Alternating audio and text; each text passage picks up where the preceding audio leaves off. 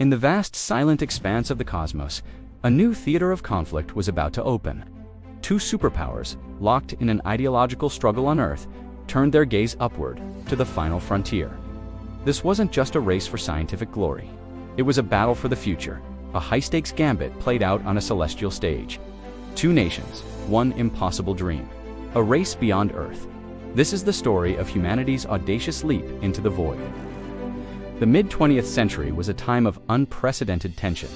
The United States and the Soviet Union stood on opposite sides of a new world order, divided by an iron curtain. The atomic age had dawned, casting a long shadow of nuclear anxiety across the globe. Each side sought to prove the superiority of its system capitalism versus communism.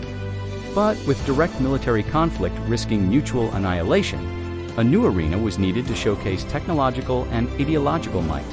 That arena was space. The sky was no longer the limit. It was the battlefield. Control of the heavens, it was believed, could mean control of the world below. Then, on October 4th, 1957, the world awoke to a new sound, a simple, persistent beep transmitted from orbit. The Soviet Union had launched Sputnik 1, the first artificial satellite to circle the Earth. The news sent a shockwave across the planet. In the West, particularly in America, the reaction was a mixture of awe, disbelief, and profound fear. This tiny metallic sphere, racing overhead at 18,000 miles per hour, was a stark symbol of Soviet technological prowess. If they could put a satellite in orbit, what else could they do? The Sputnik crisis ignited a sense of urgency, forcing the United States to reckon with the new reality they were falling behind. The space race had officially begun. The Soviets didn't wait. On April 12, 1961, they achieved another stunning first. Cosmonaut Yuri Gagarin, strapped inside the Vostok 1 capsule, became the first human being to journey into outer space and orbit the Earth. His 108-minute flight was a monumental triumph for the Soviet space program, a propaganda victory that echoed around the world. Gagarin became an instant global hero, the living embodiment of humanity's cosmic ambitions. For the Soviet Union, it was proof of their system's strength.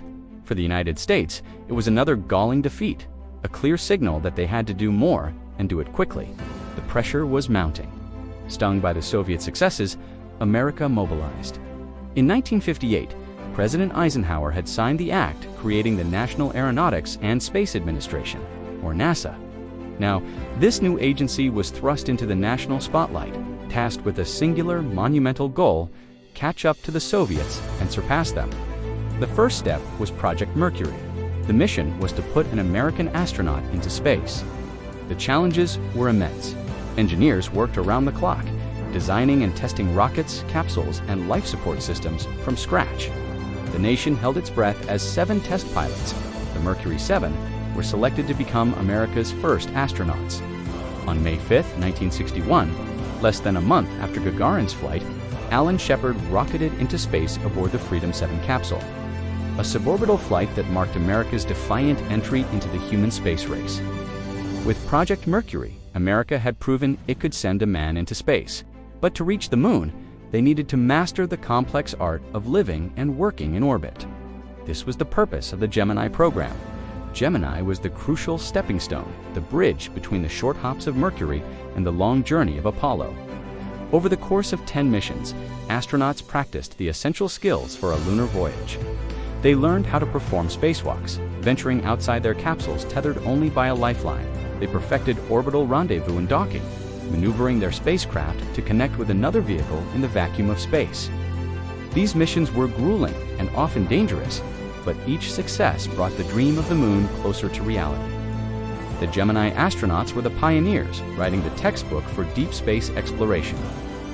The ultimate goal had been declared on May 25, 1961. In a bold address to Congress, President John F. Kennedy committed the United States to an audacious challenge. I believe that this nation should commit itself to achieving the goal, before this decade is out, of landing a man on the moon and returning him safely to the Earth. It was an incredible gamble. To achieve it, NASA would need to build the most powerful machine ever created, the Saturn V rocket. Standing taller than a 36-story building, its engines generated a staggering 7.6 million pounds of thrust. The Apollo program pushed the boundaries of technology, computing and human endurance. Astronauts spent thousands of hours in simulators, training for every conceivable emergency. The risks were astronomical, a fact tragically underscored by the Apollo 1 fire that claimed the lives of 3 astronauts. Yet, through grief and determination, the mission pressed on. The moon was waiting. July 20th, 1969, the world watched, mesmerized. More than 500 million people were tuned in as the Apollo 11 lunar module. The Eagle descended toward the surface of the moon. Inside, Neil Armstrong and Buzz Aldrin navigated a tense final approach. With fuel running low and alarms sounding, Armstrong coolly guided the craft to a safe landing in the Sea of Tranquility. Then came the historic words broadcast back to a listening Earth: "Houston, Tranquility Base here." The Eagle has landed. A few hours later, Neil Armstrong descended the ladder and placed his foot onto the powdery lunar soil. It was a moment that transcended nationality and politics, a profound achievement for all humankind. His words, "That's one small step for a man, one giant leap for mankind," became immortal. For a brief, shining moment, the world was united in wonder. America had won the race to the moon, while America celebrated its lunar triumph.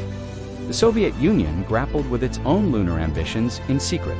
Their hopes rested on the colossal N-1 rocket, their answer to the Saturn V, but the N-1 was plagued by catastrophic failures. All 4 of its unmanned test launches ended in massive explosions, the most powerful non-nuclear blasts in history. The program suffered from internal rivalries, insufficient funding, and the untimely death of its chief designer, Sergei Korolev. After the success of Apollo 11, the political will to continue the costly and failing lunar program evaporated. The Soviet moonshot ended not with a bang, but with a quiet cancellation, its secrets hidden behind the Iron Curtain for decades. The end of the race to the moon was not the end of space exploration. It was the beginning of a new era. The intense competition of the Cold War had accelerated technological progress at an astonishing rate. The legacy of the space race is woven into the fabric of our modern lives.